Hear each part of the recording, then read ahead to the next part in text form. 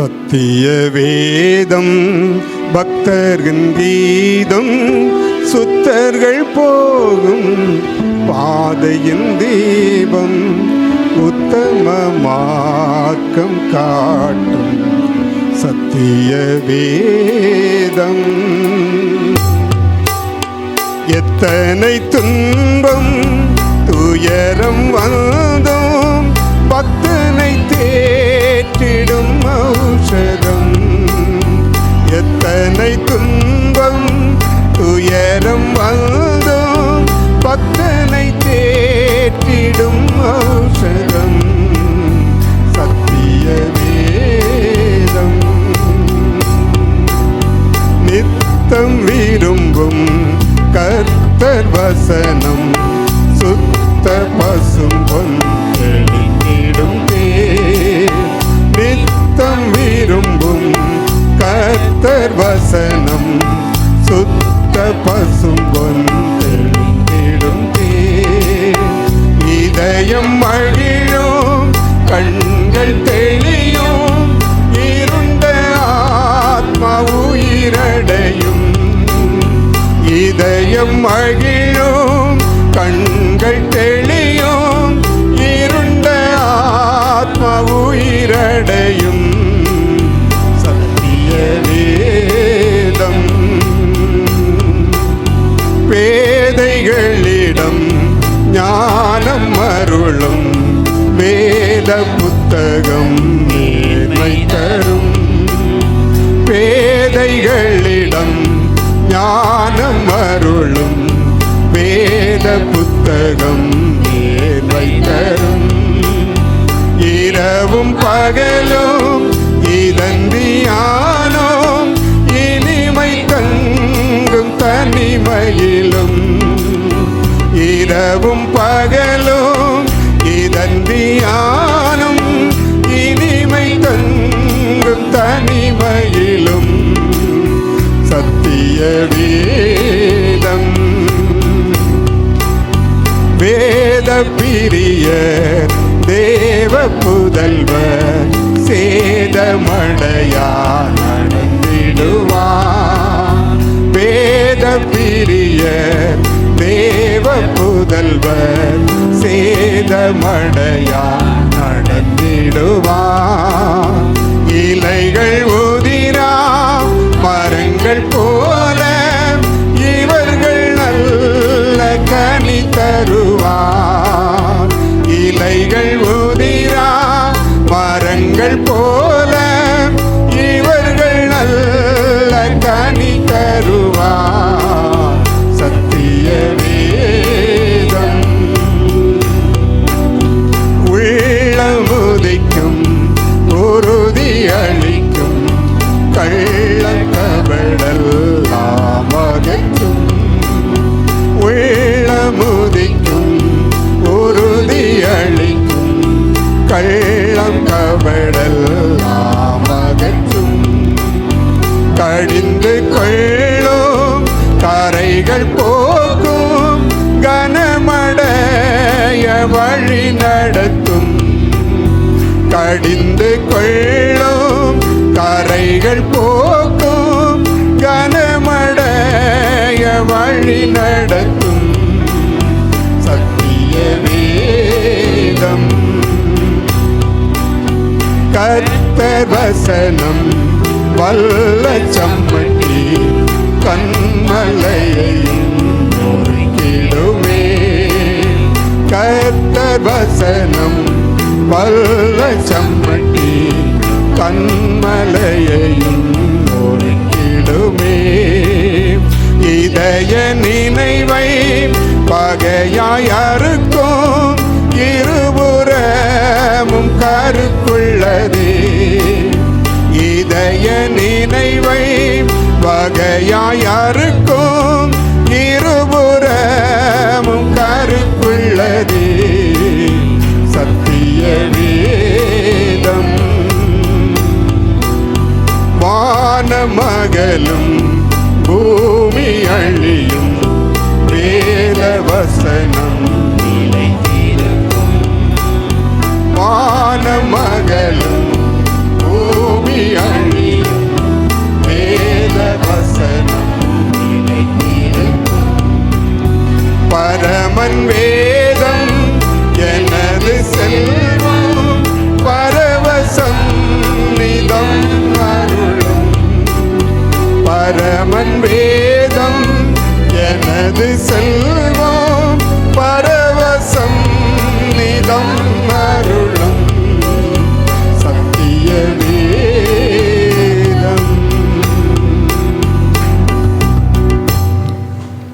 பரிசுத்தம் நிறைந்த நல்ல தகப்பனே, இந்த மனமகிழ்ச்சியின் வேலைக்காக நாங்கள் உமக்கு நன்றி செலுத்துகிறோம். கர்த்தர் இவ்வளவு நேரம் எங்களோடு கூட இருந்து எங்களை வழிநடத்தின மேலான கிருபைக்காய் ஸ்தோத்திரம். கர்த்தாதி கர்த்தர், மகிமையுள்ள தேவன், இந்த வேளையிலும் எங்களோடு பேசும் ஆண்டவரே, நாங்கள் நடக்க வேண்டிய வழியிலே எங்களை நடத்தும்படியாக உமது ஜீவனுள்ள சத்திய வசனங்களை எங்களுக்கு வெளிப்படுத்தி தாரும். நீர் சொல்லும், நாங்கள் கேட்கிறோம். அந்த வசனத்தின் வழியிலே நடப்பதற்கு எங்களுக்கு பலத்தையும் சத்துவத்தையும் தாரும். முற்றிலுமாய் உமது கரங்களை எங்களை தாழ்த்தி ஒப்புக் கொடுக்கிறோம். இரட்சகரும் மீட்பெருமான இயேசுவின் நாமத்தில் பரிசுத்த ஆவியானுடைய ஒத்தாசையோடு ஜெபிக்கிறோம் ஜீவனோடு இருக்கிற மகிமையுள்ள பிதாவே, ஆமென். தேவனுடைய வார்த்தைக்கு மகிமை உண்டாவதாக. பிதாவாகிய தேவனுக்கும் குமாரனாகிய இயேசு கிறிஸ்துவுக்கும் சத்திய ஆவியானவராகிய தேவனுக்கும் சகல துதியும் கனமும் மகிமையும் உண்டாவதாக. இன்றைக்கு நாம் கேட்க போகிற தேவ செய்தியின் தலைப்பு அன்பு கூறுதல். அன்பு கூறுதலையே 2 பிரிவாக பிரித்து இன்றைக்கு ஒரு பிரிவு தேவ செய்தியாக சொல்லிவிட்டு அடுத்த வாரம் அடுத்த பகுதி தேவ செய்தியாக கொடுக்கப்படுகிறது. நிறைய வசனங்கள் இருக்கிறதுனால அதை 2ஆக பிரிச்சிடுறேன். ஒன்று, இன்றைக்கு நாம் நாம் கற்றுக்கொள்ள இருக்கிற தேவ செய்தியின் நல்ல தலைப்பு என்னவென்றால், நாம் கர்த்தரிடத்தில் அன்பு கூறுதல். இதுதான் இன்றைய நாள் தேவ செய்தியின் தலைப்பு. அடுத்த வாரம் கர்த்தர் நம்மிடத்தில் அன்பு கூறுதல். இப்போ நாம் தேவனிடத்தில் அன்பு கூர்ந்தா என்னென்ன நடக்கும், என்னென்ன ஆசீர்வாதங்கள், என்னென்ன நன்மைகள், என்னென்ன கிருபைகள் எல்லாம் கிடைக்கும் என்பதை இன்றைக்கு நாம் பார்க்க போகிறோம். கர்த்தருக்கு ஸ்தோத்திரம். ஹல்லேலூயா. எல்லாம் உற்சாகமாக கேட்கணும், காதை திறந்து வச்சு கேட்கணும். காதுள்ளவன் கேட்க கடவன். ஆவியானவர் சபைகளுக்கு சொல்லுகிறதை காதுள்ளவன் கேட்க கடவன். ஆவியானவர் எழுதி வச்சது தான் இது. அதைத்தான் நான் ஒரு வாய் மட்டும்தான், வசனத்தை எடுத்து உங்களுக்கு சொல்லுகிற வாய், அவ்வளவுதான். கர்த்தருக்கு மகிமை உண்டாகட்டும். நாம் கர்த்தரிடத்தில் அன்பு கூறுதல் என்றால் என்ன, எப்படி நாம் கர்த்தரிடத்தில் அன்பு கூறுகிறோம் என்பதை வெளிக்காட்ட முடியும், இதை நாம் அறிந்து கொள்ள வேண்டும். அதற்காக தொடக்க வசனமாக 1 யோவான் 2ஆம் அதிகாரம் 5ஆம் வசனத்தை வாசிக்கலாம். அவருடைய வசனத்தை கைக்கொள்கிறவனிடத்தில்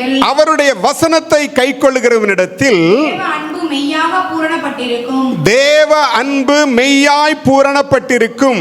நாம் அவருக்குள் இருக்கிறோம் என்பதை அதனாலே அறிந்திருக்கிறோம். வசனம் ரொம்ப தெளிவாக சொல்லுது. அவருடைய வசனத்தை கைக்கொள்ளுகிறவனிடத்தில் தேவ அன்பு மெய்யாய் பூரணப்பட்டிருக்கும். கர்த்தருடைய வசனத்தை அறிந்து கர்த்தருடைய வசனத்தை கைக்கொள்ளுகிறவன் சும்மா வாசிக்கிறவன் மட்டுமல்ல, வசனத்தை வாசிக்கிறவனும் கேட்கிறவர்களும் கைக்கொள்ளுகிறவர்களும் பாக்கியவான்கள். ஆகவே வசனத்தை கைக்கொள்ள பிரயாசப்பட வேண்டும். என்னென்ன வார்த்தைகள் கர்த்தருடைய புஸ்தகத்தில் இருக்கிறதோ அதற்கு கீழ்ப்படிய நம்மை ஒப்பு கொடுக்க வேண்டும். ஒரே ஒரு வசனத்தை ஆண்டவர் எழுதி கொடுத்து என்கிட்ட அன்பாயிருன்னு சொல்லி இருந்தாருன்னா இந்த பைபிளை நமக்கு தேவையே இல்லை. ஆனா ஏகப்பட்ட காரியத்தை சொல்லி குடிச்சிருக்கிறாரு. அன்பு கூறுதல்னா என்ன, எப்படி, எல்லா விவரங்களும் சொல்லி கொடுத்திருக்கிறார். இதெல்லாம் நாம கற்றுக்கொள்ள வேண்டும். எல்லாவற்றையும் கற்றுக்கொண்டு நம்முடைய ஜீவன காலத்தில் அதன்படி கைக்கொள்ள நாம் பிரயாசப்பட வேண்டும். புதிய ஏற்பாட்டு காலத்தில் இருக்கிற நாம் பாக்கியவான்கள். அதிலும் 19ஆம் நூற்றாண்டு 20ஆம் நூற்றாண்டில் இருக்கிற நாம் பாக்கியவான்கள். ஏன் தெரியுமா? முதல் நூற்றாண்டிலே இந்த பைபிள் கிடைக்கவில்லை. பழைய ஏற்பாட்டிலே இந்த பைபிள் எழுதப்படவில்லை முழுமையா. அங்கங்கே கொஞ்சம் கொஞ்சமா தோற்சூரில் எழுதி வச்சிருந்தாங்க. அது தொகுக்கப்படவில்லை. 1ஆம் நூற்றாண்டில் எழுதப்பட்ட நிருபங்கள், சுவிசேஷ புத்தகங்கள், வெளிப்படுத்தின விசேஷம் எல்லாமே தொகுக்கப்படவில்லை. அங்கங்கே தோற்சூரில் எழுதியிருந்தது. அதற்கு பின்பாக பல நூற்றாண்டுகள் கழித்துதான் இந்த முழு வேதாகமும் தொகுக்கப்பட்டது, ஒரே புத்தகமாக தொகுக்கப்பட்டது. அதுல அதை மொழிபெயர்ப்பு செய்தவர்கள் எபிரேயத்தில் இருந்தது, புதிய ஏற்பாடு கிரேக்கத்தில் இருந்தது, லத்தீனில் மொழிபெயர்க்கப்பட்டது, அதற்கு பின்பாக ஆங்கிலத்திலே மொழிபெயர்க்கப்பட்டது. இப்படி பல நாட்டு மொழிகளிலே மொழிபெயர்க்கப்பட்டது.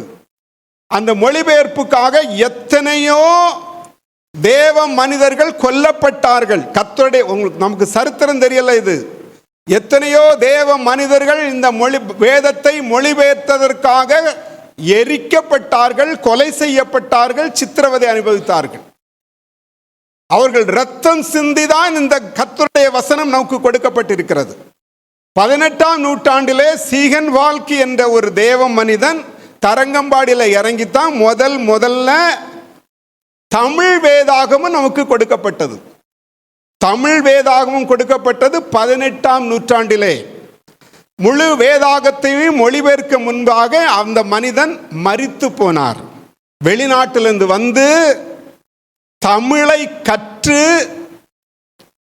நல்லா புரிஞ்சுக்கணும், வெளிநாட்டிலிருந்து வந்து தமிழை கற்று தேவனுடைய இரக்கத்தினால இந்த வேதத்தை மொழிபெயர்த்து நமக்கு கொடுத்து வாலிப வயதிலே அந்த மனிதன் மரித்து போனார். அவர் மூலமாகத்தான் அச்சு இயந்திரம் இந்தியாவுக்கு வந்தது. இந்தியாவில் முதல் அச்சு இயந்திரத்தில் ஏற்றப்பட்ட புத்தகம் இந்த பைபிள். நிறைய சரித்திரத்தை நாம் அறியணும். எத்தனை தலைமுறைகள் பாடுபட்டு நம்மக்கிட்ட வந்திருக்குன்னு பாருங்க. அந்த மொழிபெயர்ப்பெல்லாம் நம்மால வாசிக்க கூட முடியாது. கர்த்தருடைய நாமத்துக்கு மகிமை உண்டாகட்டும். அப்படிப்பட்ட மேன்மையான ஒரு புத்தகம் இது நம்ம கையில கொடுத்திருக்கிறார் தெய்வம். இதை வாசித்து அதை கை கொள்ள வேண்டும். அதான் சொல்றாரு, அவருடைய வசனத்தை கை கொள்ளுகிறவனிடத்தில் தேவ அன்பு மெய்யாய் பூரணப்பட்டிருக்கும். அடுத்த வசனம், அதே புத்தகம் 5ஆம் அதிகாரம் 3ஆம் வசனம். நாம் தேவனுடைய கற்பனைகளை கைக்கொள்வதே அவரிடத்தில் அன்பு கூறுவதாம். அவருடைய கற்பனைகள் பாரமானவைகளும் அல்ல. நாம் தேவனுடைய கற்பனைகளை கைக்கொள்வதே அவரிடத்தில் அன்பு கூறுவதாம். அடுத்த வசனம் 2 யோவான் 6ஆம் வசனம். நாம் அவருடைய கற்பனைகளின்படி நடப்பதே அன்பு. அன்புக்கு ஆண்டவர் ரொம்ப அழகான ஒரு டெபினிஷனை கொடுத்துட்டாரு. நாம் தெய்வம் நமக்கு கொடுத்திருக்கிற கற்பனைகளை கைக்கொள்வதுதான் அன்பு. வேற அன்பே கிடையாது. உங்க அப்பா கிட்ட அன்பு கூறுகிறதுனா என்ன அர்த்தம்? அப்பா சொல்றதுக்கு கீழ்ப்படிஞ்சு நடக்கிறது தான் அப்பா கிட்ட அன்பு கூறுதல். அம்மா சொல்றதுக்கு கீழ்ப்படிந்து நடக்கிறது தான் அம்மா கிட்ட அன்பு, இல்லையா? ஒரு ஆசிரியர், டீச்சர், நான் உங்ககிட்ட ரொம்ப அன்பா இருக்கிறேன்னா அந்த ஆசிரியர் சொல்றதுக்கு கீழ்ப்படிந்து நடக்கிறது தான் ஆசிரியர்கிட்ட அன்பு. சும்மா அன்பு காட்டுறதெல்லாம் கிடையாது. நிறைய பேர் அன்பை தவறாக புரிந்து கொள்ளுகிறார்கள். நீ கீழ்ப்படியாம என்ன வாங்கி கொடுத்தாலும் அது அன்பா இருக்காது. நான் உன்னை ரொம்ப அன்பு செய்கிறேன், நேசிக்கிறேன்னு சொல்லிட்டு நீ எது வாங்கி கொடுத்தாலும் அவருடைய வார்த்தைக்கு நீ கீழ்ப்படியலைன்னா அது அன்பாக கருதப்படாது. அப்போ அவருடைய கற்பனைகளை கைக்கொள்வதுதான் அன்பு. அடுத்தபடியாக எப்படி அன்பு கூற வேண்டும், கர்த்தரிடத்தில் எப்படி அன்பு கூற வேண்டும். முதல்ல அன்பு என்றது என்னன்னு சொல்லிட்டேன் உங்களுக்கு. எப்படி அன்பு கூற வேண்டும், அடுத்தது கர்த்தருக்கு ஸ்தோத்திரம். உபாகம புஸ்தகம் 6ஆம் அதிகாரம் 4-5 வசனங்கள். இஸ்ரவேலே கேள், நம்முடைய தேவனாகிய கர்த்தர் ஒருவரே கர்த்தர். நம்முடைய தேவனாகிய கர்த்தர் ஒருவரே கர்த்தர். நீ உன் தேவனாகிய கர்த்தரிடத்தில் உன் முழு இருதயத்தோடும் உன் முழு இருதயத்தோடும் முழு ஆத்துமாவோடும் உன் முழு ஆத்துமாவோடும் உன் முழு பலத்தோடும் அன்பு கூறுவாயாக. கர்த்தருக்கு ஸ்தோத்திரம். புதிய ஏற்பாட்டில் மார்க் எழுதின சுவிசேஷ புஸ்தகம் 12ஆம் அதிகாரம் 29-30 வசனங்கள். இயேசு அவனுக்கு பிரதியுத்தரமாக கற்பனைகளில் எல்லாம் பிரதான கற்பனை எதுவென்றால் இஸ்ரவேலே கேள், நம்முடைய தேவனாகிய கர்த்தர் ஒருவரே கர்த்தர். உன் தேவனாகிய கர்த்தரிடத்தில் உன் முழு இருதயத்தோடும் உன் முழு ஆத்துமாவோடும் உன் முழு மனதோடும் உன் முழு பலத்தோடும் அன்பு கூறுவாயாக என்பதே பிரதான கற்பனை. அப்போ தேவனிடத்தில் அன்பு கூறும்போது எப்படி அன்பு கூற வேண்டும், எப்படி அவருடைய வசனத்திற்கு கீழ்ப்படிய வேண்டும், கைக்கொள்ள வேண்டும். உன் தேவனாகிய கர்த்தருடைய வசனத்துக்கு, கர்த்தரிடத்தில்னா கர்த்தருடைய வசனத்துக்கு உன் முழு இருதயத்தோடும் உன் முழு ஆத்துமாவோடும் உன் முழு மனதோடும் உன் முழு பலத்தோடும் அன்பு கூறுவாயாக. உன் தேவனாகிய கர்த்தர் ஒருவரே கர்த்தர். உனக்கு வேற கர்த்தர் இல்லை. என் ஆண்டவர் கொஞ்சம் அதிகமா எதிர்பார்க்கிறவர். எனக்கு நீ உன்னை முழுமையாக கொடுக்க வேண்டும். அறக்குறையா இருக்கக்கூடாது, ரெண்டாங்கட்டானா இருக்கக்கூடாது, அங்க கொஞ்சம் இங்க கொஞ்சம் இருக்கக்கூடாது. கர்த்தர் தெய்வமானால் கர்த்தரை நீ தொழுதுகள், பாகால் தெய்வமானால் பாகாலை தொழுதுகள். கர்த்தரை ஆராதிக்கணும், கர்த்தரை மகிமைப்படுத்தணும்னா கர்த்தரை மட்டும்தான் ஆராதிக்கணும், கர்த்தரை மட்டும்தான் மகிமைப்படுத்தணும்.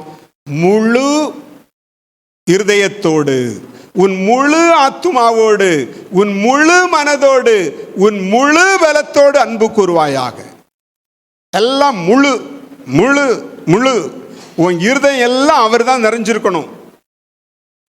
வேற யாரையும் உள்ள வச்சா அவர் விடமாட்டாரு. யோசனை பண்ணி பாருங்க. இந்த முழு இருதயத்தோடும் முழு மனதோடும் முழு ஆத்துமாவோடும் முழு பலத்தோடும் நாம் அவரை அன்பு கூறுவோம் என்றால் பிசாசுக்கு என்ன வேலை? நம்மகிட்ட பிசாசுக்கு என்ன வேலை? நம்ம கண்டாலே காத தூரம் ஓடிடுவான். அவன் காத தூரம் ஓடிடுவான் நம்ம பார்த்தாலே. நல்லா புரிஞ்சுக்கணும். அப்போ அவர் எல்லாவற்றையும் முழுமையாக எதிர்பார்க்கிறார். போன வாரத்துக்கு முந்தின வாரம் என்ன செய்தி கேட்டீங்க? விக்கிரக ஆராதனைக்கு விலகி ஓடுங்கள். வீட்டில் அப்படிப்பட்ட ஒரு பொருளை வைக்காத, அது ஆசீர்வாதமா இருக்காது. அதை நீ சீ என்று இகழ்ந்து எரித்து போடுன்னு சொல்லி இருக்கிறார் ஆண்டவர். அப்படியெல்லாம் வீட்டில் வச்சிட்டு இருக்காத. உனக்கு நீ தெய்வத்தை தெரியாத காலம் வரைக்கும் ஓகே. இப்ப நீ என்ன பண்ணிட்ட? தெய்வத்தை தெரிஞ்சிட்ட. தெய்வத்தை தெரிஞ்சதுக்கு அப்புறம் அவர் வந்து நிற்பார் நேரே. என்னெல்லாம் வச்சிருக்கிற? சரி, நீ வச்சுக்கிறன்னா அதே வச்சுக்கோ பாப்போ, கிளம்பிடுவார். அவ்வளவுதான். நான் மட்டும்தான், நான் மட்டும்தான். என்னை தவிர வேற ஆளை நீ வீட்டுக்கு வச்சுக்க கூடாது. என்னை விட்டு விலகுகிற எந்த ஒரு காரியமும் என்ன மட்டும்தான் நீ விசுவாசித்து நடக்கணும். நம்ம தெய்வம் அப்படிப்பட்ட ஆள். அதான் முழு இருதயத்தோடு முழு மனதோடு முழு ஆத்துமாவோடு முழு பலத்தோடு அன்பு கூறுவாயாக. கர்த்தருக்கு ஸ்தோத்திரம். ரெண்டு காரியத்தை பார்த்தோம். அன்பு என்ப தேவனிடத்தில் கர்த்தரிடத்தில் அன்பு என்ன என்பது என்னன்னு பார்த்தோம். ரெண்டாவது, எப்படி அன்பு கூற வேண்டும் என்று பார்த்தோம். இந்த வசனம் நிறைய இடங்கள்ல இருக்கு. எல்லா வசனங்களையும் எடுத்து உங்களுக்கு சொல்ல முடியாது. அதனால ஒரு சில வசனங்களை மாத்திரம்தான் உங்களுக்கு சொல்லப்படுகிறது. கர்த்தருக்கு ஸ்தோத்திரம். நாம் முழு இருதயத்தோடு, முழு ஆத்துமாவோடு, முழு மனதோடு, முழு பலத்தோடும் கர்த்தரிடத்தில் அன்பு கூறுவோம் என்றால் என்னென்ன நன்மைகள் நமக்கு கிடைக்கும்னு நம்ம பார்க்க போறோம். ஒரு 9 விதமான நன்மைகளை நம்ம பார்க்க போறோம். 9 விதமான நன்மைகள். யாத்ராகம புஸ்தகம் 20ஆம் அதிகாரம் 6ஆம் வசனத்தை வாசிக்கலாம். என்னிடத்தில் அன்பு கூர்ந்து என்னிடத்தில் அன்பு கூர்ந்து என் கற்பனைகளை கைக்கொள்ளுகிறவர்களுக்கோ என் கற்பனைகளை கைக்கொள்ளுகிறவர்களுக்கோ 1000 தலைமுறை மட்டும் 1000 தலைமுறை மட்டும் இரக்கம் செய்கிறவராய் இருக்கிறேன். இரக்கம் செய்கிறவராய் இருக்கிறேன். எத்தனை தலைமுறை? எத்தனை பேர் உட்கார்ந்து 1000 தலைமுறை மேல பார்ப்பீங்க? 2 தலைமுறை 3 தலைமுறை வரைக்கும். ஒருவேளை நல்லா சம்பாதிச்சு வச்சுட்டு போனோம்னா நம்ம பேர பிள்ளை என்ன சொல்லும்? எங்க தாத்தா நல்லா சம்பாதிச்சு வச்சாருன்னு சொல்லும். அது சொல்லுமோ சொல்லாதோ, கர்த்தருக்கு ஸ்தோத்திரம். ஆனா நம்முடைய தேவன் என்ன சொல்கிறார்? என்னிடத்தில் அன்பு கூர்ந்து என் கற்பனைகளை கைக்கொள்ளுகிறவர்களுக்கோ 1000 தலைமுறை மட்டும் இரக்கம் செய்கிறவராயிருக்கிறேன். ஏனென்றால் அவர் இருக்கிறவராகவே இருக்கிறவர். அவருக்கு 1000 தலைமுறை எல்லாம் ஒரு பெரிய மேட்டரே கிடையாது. அதனால 1000 தலைமுறை மட்டும் இரக்கம் செய்கிறவர். அடுத்த வசனத்தை வாசிக்கலாம். உபாகமம் 5:10. அதே வசனம் இங்கும் சொல்லப்படுகிறது. என்னிடத்தில் அன்பு கூர்ந்து என் கற்பனைகளை கைக்கொள்ளுகிறவர்களுக்கோ 1000 தலைமுறை மட்டும் இரக்கம் செய்கிறவராய் இருக்கிறேன். யாத்ராகம புஸ்தகத்துக்கும் உபாகம புஸ்தகத்துக்கும் என்ன வித்தியாசம்? யாத்ராகம புஸ்தகம் என்கிறது சீனாய் மலையிலே அக்னிமயமான இடத்துல இருந்து தேவன் பேசுறாருங்க. டைரக்டா பேசுறாரு இஸ்ரவேல் ஜனங்களுக்குள்ள. யாத்ராகம புஸ்தகம் அவர்கள் யாத்திரையில பயணப்பட்டு வரும்போது சீனாய் மலையில அக்னிமயமான அந்த நெருப்புல இருந்துட்டு தெய்வம் நேரடியா பேசுறாரு. அதுதான் அங்க யாத்ராகம புஸ்தகத்தில் எழுதப்பட்டிருக்கிறது.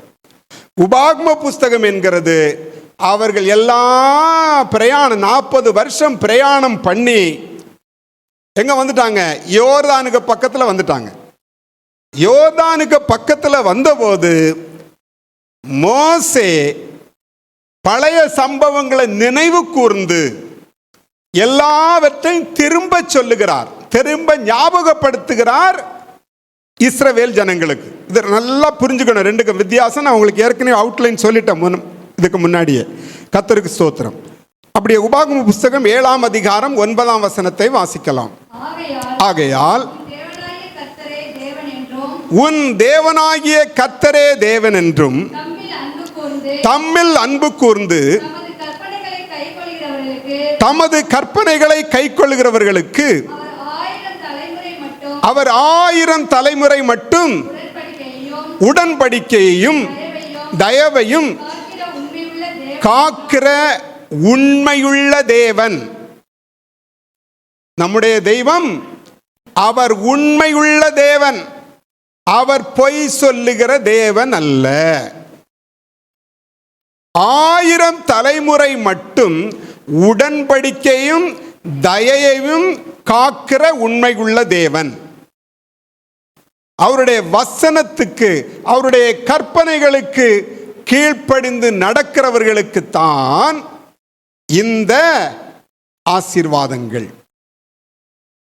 இதை நம்ம ரொம்ப தெளிவா நன்மையா அறிந்து புரிந்து விளங்கி அதன்படி கைக்கொள்ள நம்ம பிரயாசப்படணும். கர்த்தருக்கு மகிமை உண்டாகட்டும். அடுத்த ஒரு குரூப் ஆசீர்வாதத்தினுடைய ஒரு தொகுப்பை சொல்றார் ஆண்டவர். கர்த்தருக்கு ஸ்தோத்திரம். உபாகம புத்தகம் 11ஆம் அதிகாரம் 13 16 வாசிக்கலாம். நீங்கள் உங்கள் தேவனாகிய கர்த்தரிடத்தில் உங்கள் முழு இருதயத்தோடும் உங்கள் முழு ஆத்துமாவோடும் அன்பு கூர்ந்து அவரை சேவிக்கும்படி நான் இன்று உங்களுக்கு கற்பிக்கிற என் கற்பனைகளுக்கு கீழ்ப்படிந்தால், நல்லா புரிஞ்சுக்கோங்க, நீ உன் தானியத்தையும் உன் திராட்சரசத்தையும் உன் எண்ணெயையும் சேர்க்கும்படிக்கு நான் ஏற்ற காலத்தில் உங்கள் தேசத்தில் முன்மாரியையும் பின்மாரியையும் பெய்ய பண்ணி மிருக ஜீவன்களுக்காக உன் வெளிகளிலே புல் முளைக்கும்படி செய்வேன். நீ சாப்பிட்டு திருப்தி அடைவாய் என்கிறார். ஏற்ற காலத்தில் முன்மாரியையும் பின்மாரியையும் பெய்ய பண்ணுவேன். விவசாயிகள் எல்லாம் அழுதுகிட்டு ஒப்பாரி வச்சுட்டு இருக்காங்க. ஏன்? வெயில் அடிக்கிற காலத்தில் மழை பெய்யுது, மழை பெய்கிற காலத்தில் வெயில் அடிக்குது. ஏனென்றால் அவர்கள் பழகி விட்டார்கள். எந்தெந்த காலத்தில் பயிர் செய்யணும், என்னென்ன காலத்தில் என்னென்ன வேலை செய்யணும்னு பல தலைமுறைகளாக நம்முடைய முன்னோர்கள் நமக்கு சொல்லிக் கொடுத்த வழிகளை நாம் நடந்து கொண்டு இருக்கிறோம், அதை செய்துட்டு இருக்கிறோம். ஆனால் இந்த காலந்தப்பி பெய்கிற மழை, காலந்தப்பி அடிக்கிற வெயில், காலந்தப்பி பெய்கிற பனி, இதனால வருகிற ஆசீர்வாதங்கள் என்ன பண்ணுது? நமக்கு சரியாக கிடைக்காமல் நஷ்டத்தில் போய் முடியுது. அதான் சொல்றாரு, ஏற்ற காலத்தில் நான் மழையை பெய்ய பண்ணுவேன், ஒரு நன்மையும் குறைவுபடாது. நீ உன் தானியத்தையும் உன் திராட்சை ரசத்தையும் உன் எண்ணெயையும் சேர்க்கும்படிக்கு நான் ஏற்ற காலத்தில் உங்கள் தேசத்திலே முன்மாரியும் பின்மாரியும் பெய்ய பண்ணுவேன். உனக்கு என்னென்ன வேணும்? உன் தானியம் வேணுமா? உனக்கு திராட்சை ரசம் வேணுமா? உனக்கு எண்ணெய் வேணுமா? என்னென்ன ஆசீர்வாதம் உனக்கு வீட்டுக்கு தேவை எல்லாத்தையும் நான் கொடுப்பேன், எல்லாத்தையும் கொடுப்பேன். அதுக்கு நான் ஏற்ற காலத்தில் மழையை பெய்ய பண்ணுவேன், முன்மாரியும் பின்மாரியும் பெய்ய பண்ணுவேன். உன்னை ஆசீர்வாதமாக தான் நான் வைப்பேன். அதுக்கு நீ செய்ய வேண்டிய காரியம் என்ன? என் கற்பனைகளை கைக்கொள். ஏன் நம்முடைய குடும்பங்கள் ஆசீர்வதிக்கப்படல? புரியுதா உங்களுக்கு? இதை சொன்னா கேட்க மாட்டோங்க நம்ம ஆட்கள். ஞாயிற்றுக்கிழமை கர்த்தரை ஆராதிக்கிறதுக்கு வந்து ஆராதனை பண்ணு, சீக்கிரமா நேரத்தோட வந்து நீ கர்த்தரை ஆராதனை பண்ணுனா அன்னைக்கு தான் விவசாயத்துக்கு போவான் நம்ம ஆளு. அப்போ புழு பிடிக்காத என்ன பிடிக்கும்? மழை பெய்ய வேண்டிய நேரத்தில் மழை பெய்யலைன்னா உன் பயிர் எப்படி விளையும்? எப்படி ஆசீர்வாதம் வரும்? அன்னைக்கு தான் நம்ம கொத்தனார் எங்க போவாரு? ஐயா இன்னைக்கு தான் ரூப் போடணும் ஐயா, இன்னைக்கு தான் கம்பி கட்டணும் ஐயா, இன்னைக்கு தான் சென்ட்ரிங் அடிக்கணும் ஐயா. நீ சென்ட்ரிங் அடிச்சிட்டு இருக்கும் போதே மழை வரும். நீ ரூப் போட்டுட்டு இருக்கும் போதே என்ன வரும்? மழை வரும். அப்புறம் 4 நாளைக்கு என்ன பண்ணாத, 4 நாளைக்கு ரூஃபே போடாத. ஏன் உனக்கு நன்மை கிடைக்கல தெரியுமா விஷயம்? நீ கர்த்தருக்கு கொடுக்க வேண்டிய நேரத்தை கொடுக்கல. கர்த்தரை தொழுது ஆராதித்து மகிமைப்படுத்துற நேரத்தில் நீ வரல. அந்த நேரம் பார்த்துட்டு உனக்கு ஐயோ எனக்கு வேலை கொடுக்க மாட்டாங்கன்னு சொல்லி ஓடுற. நீ எப்படி உனக்கு வரும் ஆசீர்வாதம்? இந்த வந்து உட்கார்ந்து இருந்துட்டு அந்த அவங்க கம்பி கட்டுனாங்களோ என்னமோ, கம்பியை சரியா கட்டினானோ என்னமோ, மாத்தி கட்டினானோ என்னமோ, ரூபு சரியா போட்டானோ என்னமோ, உன் சிந்தனை எங்க உட்கார்ந்துருக்கு? அதுதான் ஆண்டவர் சொன்னார், முழு இருதயத்தோடு முழு ஆத்மாவோடு முழு மனதோடு நீ கர்த்தரை தொழுது கொள்ளுகிற நாள்ல என்ன பண்ணணும்? கர்த்தரை முழு எல்லாத்தையும் விட்டுட்டு போ, என் தெய்வம் பார்த்துக்குவார். அவ்வளவுதான். என் கடனை எல்லாம் அடைக்க அவரால் முடியும், எனக்கு வீடு கட்ட அவரால் முடியும், என்னை ஆசீர்வதிக்க அவரால் முடியும், என்னை மேன்மையாக வைக்க அவரால் முடியும். விசுவாசித்து அதன்படி வாழ கற்றுக்கொள். கர்த்தருக்கு கொடுக்கிற நேரத்தில் வேற எங்கேயும் போகாத. கர்த்தரை ஆவியோடும் உண்மையோடும் தொழுது கொள்ள வேண்டும், உண்மையோடு தொழுது கொள்ள வேண்டும். அப்படி செய்தாதான் உனக்கு கர்த்தர் கொடுக்கிற ஆசீர்வாதம் உண்டு. நல்லா கொழுன்னு வாங்கி சாப்பிட்டு கொடுத்தா நாளைக்கு ஃபுட் பாய்சன் எங்கே போய் நிற்ப நீ? ஆஸ்பத்திரியில். நல்லா சம்பாதிச்சு வாங்கி கொண்டு வந்து கொடுத்தேன் பிரதர், நல்லா வாங்கி சாப்பிட்டு மறுநாளுக்கு ஆஸ்பத்திரியில் போய் படுத்துட்டேன் பிரதர், ஃபுட் பாய்சன் ஆயிடுச்சு. அதுக்கு சில ஆயிரங்களை நான் செலவு பண்ணினேன் பிரதர். நீ ஞாயிற்றுக்கிழமை கர்த்தரை தொழுக வராம ஒரு 500 ரூபாய் ஏதாவது வாங்கி கொண்டு கொடுத்ததுனால ஒரு 5000 ரூபாவை எங்க கொண்டு வச்சிருக்கு கொடுத்தீங்க. அவங்க இந்த கையில் ஒரு ஊசி, இந்த கையில் ஒரு ஊசி, அப்படி சில மருந்துகள் போடு, கொஞ்சம் ட்ரிப்ஸ் ஏற்றி அங்கே படுக்க வச்சுட்டு ஒரு 5000 செலவு பண்ணி விட்டுருவாங்க. இப்படிதான் நம்ம கொண்டு கொடுக்கிறது. வேண்டாம், ஆண்டவர் பேசுறார். கர்த்தருடைய வசனம் நமக்கு சொல்லுகிறது, இப்படி ஏற்ற காலத்தில் மழையை பெய்ய பண்ணுவார். நம்முடைய தானியம், நம்முடைய ஆகாரம், நம்முடைய எண்ணெய், நம்முடைய திராட்சரசம், நமக்கு கிடைக்க வேண்டிய எல்லா நன்மைகளும் ஏற்ற காலத்தில் நன்மையா நடக்கும். பக்கத்து வீட்டுக்காரனுக்கு கிடைக்குதோ கிடைக்கலையோ கிடைக்கும். பக்கத்து வீட்டு வயல் விளையுதோ விளையலையோ என்னுடைய வயல் விளையும். பக்கத்து வீட்டு வண்டி ஓடுதோ ஓடலையோ எம் வண்டி ஓடும். ஏன்னா எம் வண்டியை என் ஆண்டவர் ஓட்டுவார். ஹல்லேலூயா, ஹல்லேலூயா. எத்தனை பேர் விசுவாசிக்கிறீங்க? ஹல்லேலூயா. ஏன் எனக்கு நன்மை வரவில்லைன்னு புரியுதா உங்களுக்கு? இதெல்லாம் சொல்லி கொடுக்க தான் உங்களை சர்ச்சுக்கு கூப்பிடுறோம் நாங்கள். நீங்கள் நன்மையாக இருக்க வேண்டும், ஆசீர்வாதமாக இருக்க வேண்டும் என்பதற்காக. கர்த்தருக்கு மகிமை உண்டாகட்டும். 18ஆம் வசனத்தை வாசிக்கலாம். ஆகையால் கர்த்தர் உங்கள் பிதாக்களுக்கு கொடுப்பேன் என்று அவர்களுக்கு ஆணையிட்ட தேசத்தில் உங்கள் நாட்களும் உங்கள் பிள்ளைகளின் நாட்களும் பூமியின் மேல் வானம் இருக்கும் நாட்களைப் போல அநேகமாயிருக்கும்படிக்கு, உங்கள் நாட்களும் உங்கள் பிள்ளைகளின் நாட்களும் பூமியின் மேல் வானம் இருக்கும் நாட்களைப் போல அதிகமாயிருக்கும். உன்னுடைய ஆயுசின் நாட்கள் அதிகமாயிருக்கும். உன் பிள்ளைகளின் நாட்கள் அதிகமாயிருக்கும். நீ சீக்கிரம் போயிட மாட்ட. எல்லாரும் பார்த்து இந்த கிழவன் போகாம இருக்கிறான்னு சொல்லி உன்னை பொறாமப்படுற அளவுக்கு ஆண்டவர் உயிரோட வைப்பார். உன் பிள்ளைகளை அதே மாதிரி வைப்பார். உன் பிள்ளைகளை வைப்பார். நீண்ட நாட்களா தீர்க்காயுசா வைப்பார். கர்த்தருக்கு ஸ்தோத்திரம். 22வது வசனத்தை வாசிக்கலாம். நீங்கள் உங்கள் தேவனாகிய கர்த்தரிடத்தில் அன்பு கூர்ந்து அவர் வழிகளில் எல்லாம் நடந்து அவரை பற்றி கொண்டிருக்கும்படி நான் உங்களுக்கு செய்ய கற்பிக்கிற இந்த கற்பனைகளை எல்லாம் ஜாக்கிரதையாய் கைக்கொள்வீர்களானால் 23 25 வரைக்கும், 23 24 25.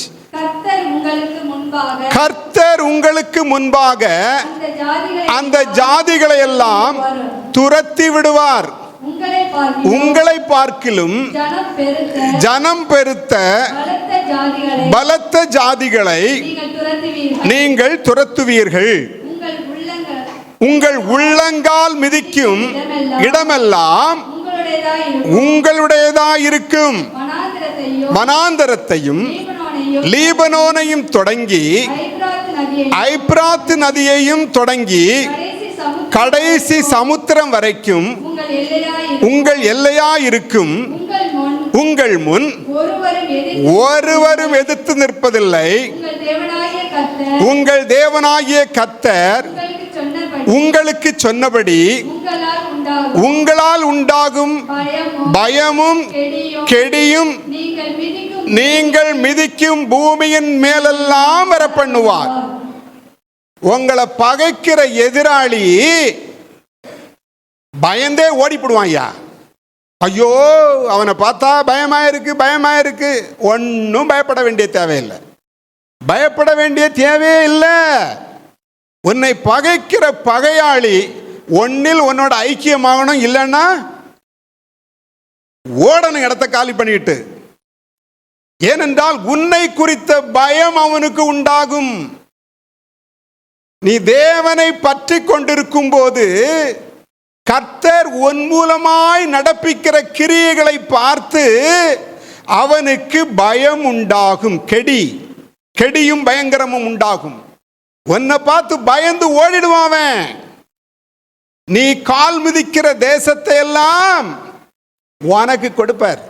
நீ எங்கெல்லாம் போய் கால் மிதிச்சு ஜெபம் பண்ணிக்கிட்டு வரியோ அந்த இடத்தெல்லாம் ஆண்டவர் ரட்சிப்பார். பழைய ஏற்பாடு அவங்களுக்கு சுதந்திரமாக கொடுக்கிறது, புதிய ஏற்பாடு தேவனுடைய ராஜ்யத்துக்கு சுதந்திரமா மாத்திடுறது எல்லாத்தையும். ஹல்லேலூயா. அதனால அப்படி கற்பனைகளை கை கொண்டா நம்ம பெரிய பணக்காரங்களா மாறிடும் அப்படின்னு நினைச்சிடாதுங்க. பெரிய பணக்காரங்களா எல்லா சொத்தை நமக்கு தாண்டா அப்படின்னு நினைச்சிடாதுங்க. புரியுதா? நாம இப்படி கர்த்தருக்கு பயந்து அவருடைய கற்பனைகளை கை கொண்டு முழு மனதோடும் முழு ஆத்துமாவோடும் முழு மனதோடும் முழு பலத்தோடு நாம அன்பு கூறும்போது நாம போகிற இடத்தை எல்லாம் ஆண்டவர் என்ன பண்ணுவாரு? எல்லாத்தையும் நம்ம சபையில கொண்டு வந்து நிறுத்திடுவாருப்பா. ஹல்லேலூயா. எல்லாரும் செய்து பாருங்க பார்க்கலாம். அடுத்த வருஷமே இன்னொரு சபை கட்ட வேண்டியதான் ஆயிடும் கடைசியில். ஹல்லேலூயா. அதனால ஒவ்வொரு நாளும் நம்ம போகும்போது ஜெபத்தோட ஒவ்வொரு வீடாக கொண்டு போய் காலா மிதிப்பம் போய் அந்த வீட்டில் இருக்க ரட்சிக்கப்படாதவெல்லாம் என்ன பண்ணணும்? ரட்சிக்கப்படணும். புரியுதா? வருத்தம் கூட எஸ்கேப் ஆகக்கூடாது. அதனால உற்சாகமா நீங்க ஊழியங்கள்ல கலந்து கொள்ள வேண்டும். முழு மனதோடு முழு பலத்தோடு முழு ஆத்துமாவோடு கர்த்தருடைய வசனத்துக்கு கீழ்ப்படிந்து கடைசியில இயேசு என்ன சொல்லிட்டு போனாரு? நீங்கள் புறப்பட்டு போய் சகல ஜனங்களுக்கும், சகல ஜாதிகள்னா ஜனங்கள், ஜாதியெல்லாம் கிடையாது, ஆல் நேஷன்ஸ், சர்வ சிருஷ்டிக்கும்ங்கிறது அது மார்க்கில் இருக்கும். சகல ஜனங்களுக்கும் சொல்ல சகல ஜாதிகளுக்குன்னு மத்தேயுல இருக்கும். சுவிசேஷத்தை பிரசங்கியுங்கள். நம்ம மேல விழுந்த கடமை அது. எல்லாரும் ஒவ்வொருத்தரும் பக்கத்து வீட்டுக்கு போய் சுவிசேஷத்தை சொல்லுங்க பார்க்கலாம். இயேசு நல்லவர்.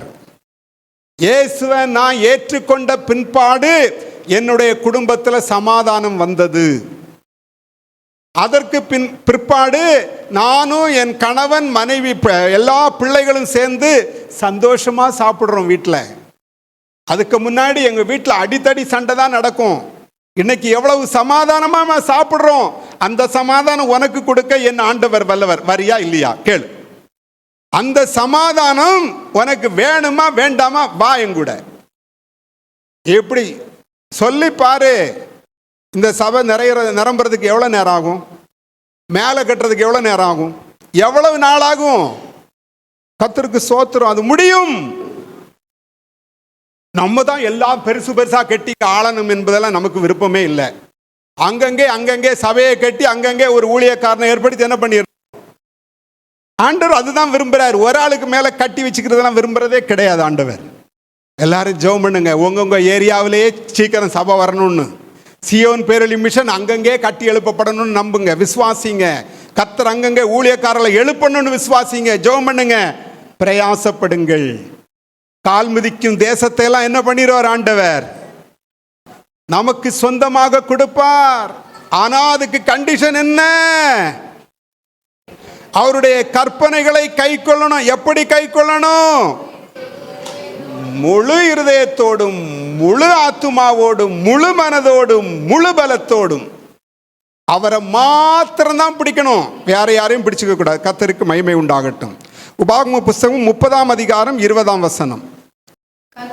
கர்த்தர் உன் பிதாக்களாகிய ஆபிரகாமுக்கும் ஈசாக்குக்கும் யாக்கோபுக்கும் கொடுப்பேன் என்று அவர்களுக்கு ஆணையிட்டு கொடுத்த தேசத்திலே குடியிருக்கும்படிக்கு உன் தேவனாகிய கர்த்தரில் அன்பு கூர்ந்து அவர் சத்தத்திற்கு செவி கொடுத்து அவரை பற்றி கொள்வாயாக.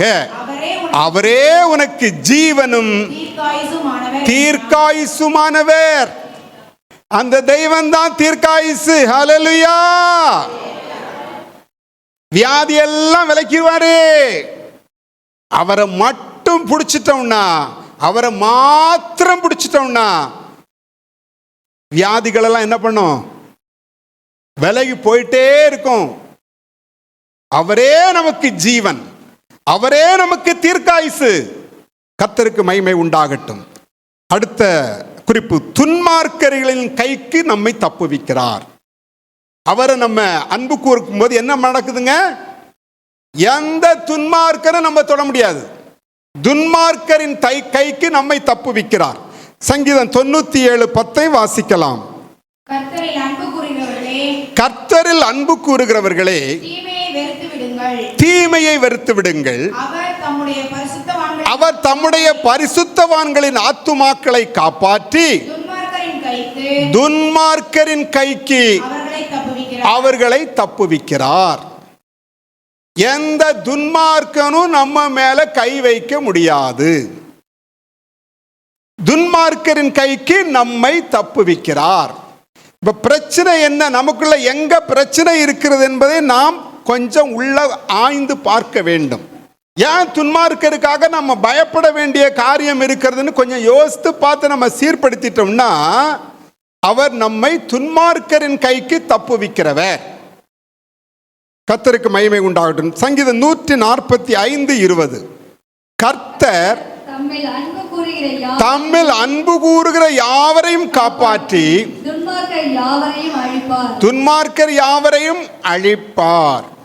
அதுக்காக நீங்க ஜெபம் பண்ணிட்டு இருக்க கூடாது. போய் ஆண்டவரே ஒரு வசனத்தை பிடிச்சி வச்சுக்கிறது. ஆண்டவரே துன்மார்க்கர் யாரையும் அழிப்பீர் என்று சொல்லப்பட்டிருக்கிற வசனத்தின்படி இந்த மனுஷனை அழித்து போடும் ஆண்டவரே. அவன் அழிக்க மாட்டார், ஒன்னு அழிச்சிருவார். அதெல்லாம் அவர் பார்த்துக்கணும். புரியுதா? நம்ம வேலை அவர் அன்பு செய்யணும், அவ்வளவுதான். அவருடைய வசனத்துக்கு கீழ்ப்படியணும், அவருடைய வசனத்துக்கு கை கொண்டு அவரை அன்பு செய்யணும், அவ்வளவுதான். அதுதான் நம்ம வேலை. மற்றவங்களை அழிக்கிறதுக்கு நமக்கு ஜெபம் பண்ற வேலை இல்லை. புரியுதா? நாம அன்பு கூறும் போது ஆட்டோமேட்டிக்கா அந்த துன்மார்க்கன் ஒன்னில் மனம் மாறணும், இல்லைன்னா அவன் மேல கை வச்சிருவார் ஆண்டவர். ஏன்னா அவர் காப்பாற்றுகிறார். தம்மில் அன்பு கூறுகிற யாவரை என்ன பண்றாரு? அவர் காப்பாற்றுகிறார்.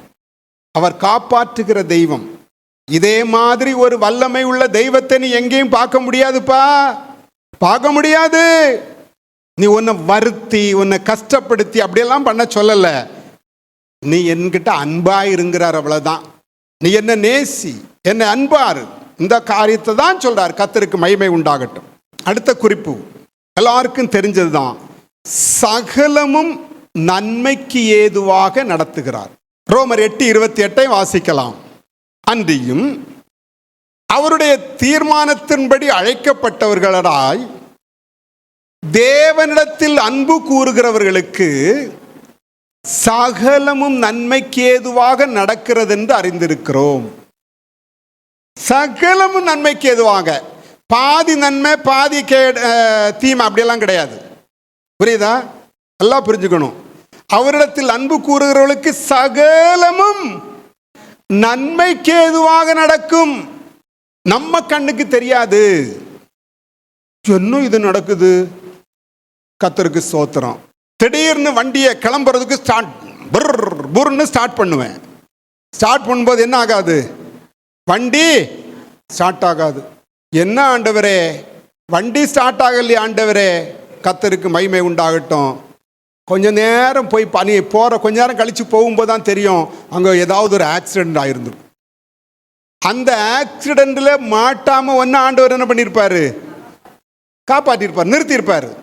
அதனால வண்டி ஸ்டார்ட் ஆகலைன்னா யார்கிட்டையும் கோவப்படாதுங்க. வண்டியை ஏதாவது சுத்தியல் வச்சு என்ன பண்ணுதுங்க, அடிச்சு, வண்டி நீ ஏன் ஸ்டார்ட் ஆகலைன்னு சொல்லிட்டு உன் கோபத்தை காட்டாத. என்ன பண்ணு?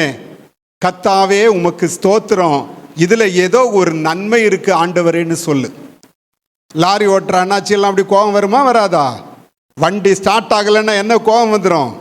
அவசரமா கல்லு கொண்டு போகணும்னு பார்த்தேன், வண்டி என்ன ஆகல, ஸ்டார்ட் ஆகல. உடைச்சி தூக்கி தூர போட்டுடலாமான்லாம் சொல்லாத. என்ன சொல்லணும்? கர்த்தருக்கு ஸ்தோத்திரம், கர்த்தாவே நீர் சகலமும் நன்மைக்கேதுவாய் செய்கிறீர். ஏன்னா அதுல ஏதாவது ஒரு நன்மை இருந்திருக்கும்.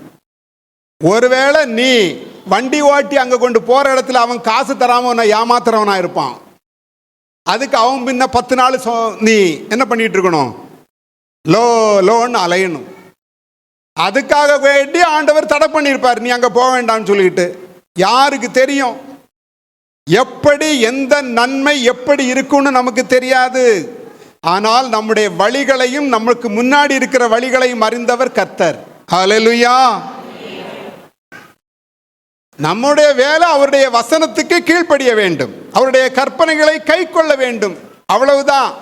மாற்றதெல்லாம் அவர் பார்த்துக்குவாரு. ஆண்டவரே இந்த ஆசீர்வாதம் ஏன் எனக்கு கிடைக்கல ஆண்டவரே இது வரைக்கும்? இல்ல, உனக்கு பெரிய ஆசீர்வாதத்தை நான் வச்சிருக்கிறேன், நீ பொறுமையாயிரு. நீ பொறுமையாயிரு.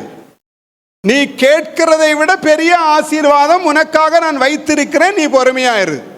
பொறுமையோடு உன்னுடைய ஆத்துமாவை காத்துக்கொள். இருதயத்தில் தேவனை என்ன பண்ணாத, முறுமுறுக்காத. எனக்கு இது கிடைக்கலையே இது கிடைக்கலையேன்னு முறுமுறுக்காத. உனக்கு ஏதோ ஒரு நன்மையை வச்சிருக்கிறார். அவர் சகலத்தையும் நன்மைக்கு ஏதுவாக செய்கிறவர். அடுத்தபடியாக கர்த்தரை யாரெல்லாம் அன்பு கூறுகிறார்களோ அவர்கள் தேவனால் அறியப்பட்டிருப்பார்கள். கர்த்தருக்கு ஸ்தோத்திரம். 1 கொரிந்தியர் 8ஆம் அதிகாரம் 3ஆம் வசனத்தை வாசிக்கலாம்.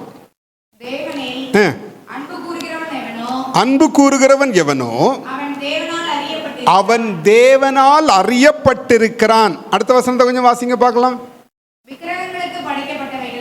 பாருங்க, இந்த அன்பு சொல்லிட்டு உடனே என்ன கொண்டு வராரு? விக்கிரகத்தை கொண்டு வராரு. ஏன்? என்ன அன்பு கூறுகிறவன் விக்கிரகத்துக்கு பக்கத்துல போகவே மாட்டான். நீங்க எங்க பாருங்க, எங்க நீ பல இடங்களை நீங்க நான் நிறைய இடத்துல ஸ்கிப் பண்ணி வந்துட்டேன். அப்போ யாரெல்லாம் கர்த்தரிடத்தில் அன்பு கூறுகிறார்களோ அவர்கள் விக்கிரகத்துக்கு பக்கத்துல போக மாட்டான். விக்கிரகத்துக்கு படைக்கப்பட்டவைகளை புசிக்க மாட்டான்.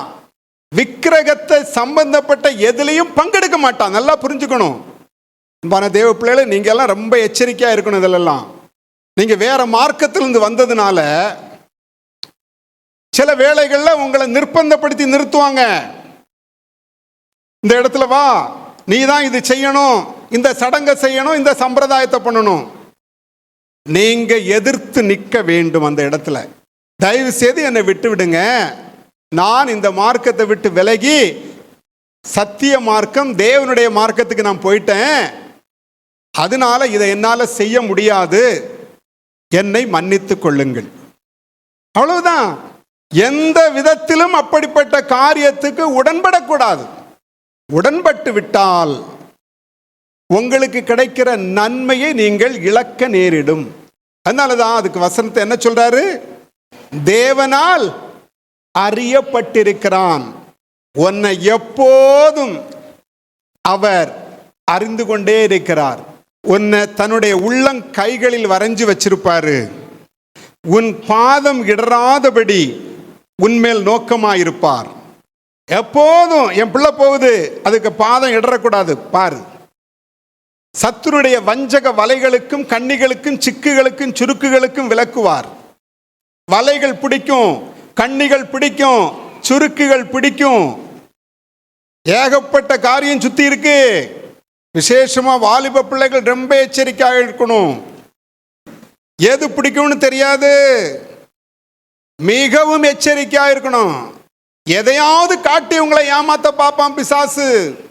எதிர்காலத்தில் என்ன நடக்க போகுன்னு உனக்கு தெரியாது. தேவனிட்ட மட்டும் நீ அன்பு கூறு, தேவனிடம் மட்டும் பற்றி கொண்டிரு. உன் எதிர்காலத்தை கர்த்தர் நன்மையாக வைப்பார், ஆசீர்வாதமாக வைப்பார். தேவன் உன்னை அறிந்திருக்கிறார், உன்னை அறிந்திருக்கிறார். கர்த்தருக்கு மகிமை உண்டாகட்டும். அடுத்தபடியாக 1 கொரிந்தியர் 2ஆம் அதிகாரம் 9ஆம் வசனம். எழுதியிருக்கிறபடி, என்னபடி? எழுதி வச்சிருக்கிறார். எழுதியிருக்கிறபடி தேவன் தம்மில் அன்பு கூறுகிறவர்களுக்கு ஆயத்தம் பண்ணினவைகள் ஆயத்தம் பண்ணினவைகளை கண் காணவும் இல்லை, கண் காணவும் இல்லை, காது கேட்கவும் இல்லை, காது கேட்கவும் இல்லை, அவைகள் மனுஷனுடைய இருதயத்தில் தோன்றவும் இல்லை. தேவன் விசேஷித்த ஒன்றை ஆயத்தம் பண்ணி வச்சிருக்கிறார். யாருக்கு? தேவனிடத்தில் அன்பு கூறுகிறவர்களுக்கு. தேவனிடத்தில் அன்பு கூறுகிறவர்களுக்கு தேவன் விசேஷித்தது ஒன்றதை ஆயத்தப்படுத்தி வைத்திருக்கிறார். அது நம்ம கண்ணு காணவும் செய்யாது, காது கேட்கவும் செய்யாது, நம்ம இருதயத்தில் தோன்றவும் செய்யாது. ஆனால் ஒரு பெரிய விசேஷத்தை செய்து வச்சிருக்கிறார் தெய்வம். ஹல்லேலூயா, ஹல்லேலூயா, ஹல்லேலூயா. என்னத்தை வச்சிருக்கிறாரு? விசேஷித்ததை நமக்காக ஆயத்தம் பண்ணி வச்சிருக்கிறாராம். அந்த விசேஷத்தை பார்க்கணுமா வேண்டாமா? பார்க்கணும். கர்த்தருக்கு மகிமை உண்டாகட்டும். ஸ்தோத்திரம். அடுத்தது எபேசியர் 6 அதிகாரம் 24வது வசனம். நம்முடைய கர்த்தராகிய இயேசு கிறிஸ்துவினிடத்தில் அழியாத அன்புடனே அன்பு கூறுகிற யாவரோடும் கிருபை உண்டாயிருப்பதாக. ஆமென். அப்போ கர்த்தராகிய இயேசு கிறிஸ்துவிடத்தில் அழியாத அன்பு கூறுகிற யாவரோடு என்ன உண்டாகும்? கிருபை. கிருபை உண்டாகும். கர்த்தருக்கு ஸ்தோத்திரம். கர்த்தராகிய இயேசு கிறிஸ்துவிடத்தில் அன்பு கூறுவதற்கு என்ன இருக்கு? கிருபை. அடுத்த குறிப்பு யாக்கோபு 1:12 நமக்கு தெரிந்த வசனம். சோதனையை சகிக்கிற மனுஷன் பாக்கியவான், அவன் உத்தமன் என்று விளங்கின பின்பு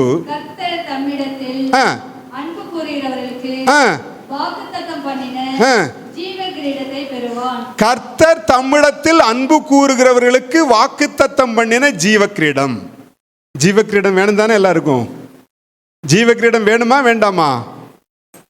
ஜீவக்கிரீடம் சூடும் வேளை என்ன பேரின்பம்,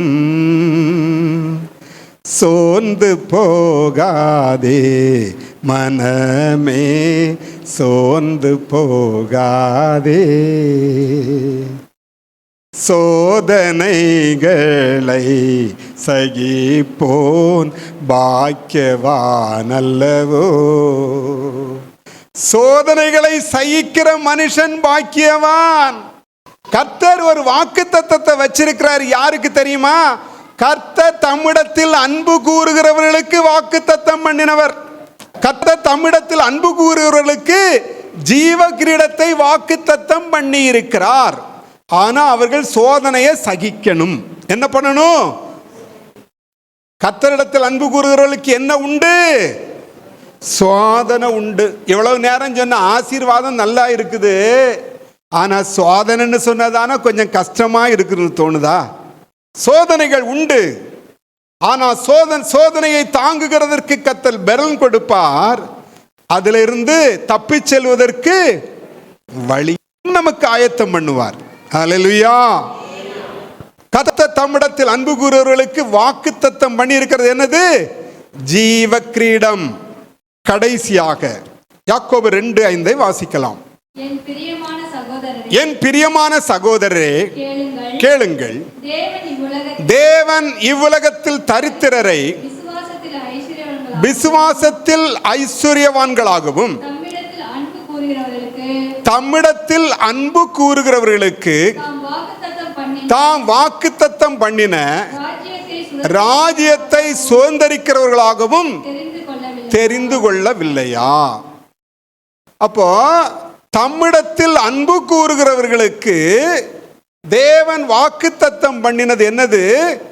ஒரு நித்திய ராஜ்யம். ஒரு நித்திய ராஜ்யம். நமக்கெல்லாம் தேவன் ஒரு நித்திய ராஜ்யத்தை வச்சிருக்கிறாரு. ஜீவக்கிரீடம் என்ற ஒரு வாக்குத்தத்தம், நித்திய ராஜ்யம் என்ற ஒரு வாக்குத்தத்தம், நித்திய ஜீவனுங்கிற வாக்குத்தத்தம்.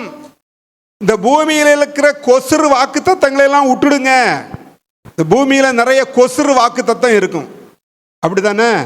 இந்த கொசுறு வாக்கு தத்தத்தை எல்லாம் விட்டுட்டு பரலோகத்தில் நமக்கு வச்சிருக்கிற நித்திய வாக்கு தத்தம், நித்திய ஜீவன் ஒரு வாக்கு தத்தம், நித்திய ராஜ்யம் ஒரு வாக்கு தத்தம், அப்புறம் ஜீவ கிரீடம் ஒரு வாக்கு தத்தம், இப்படி எத்தனையோ வாக்கு தத்தங்களை இருக்கு.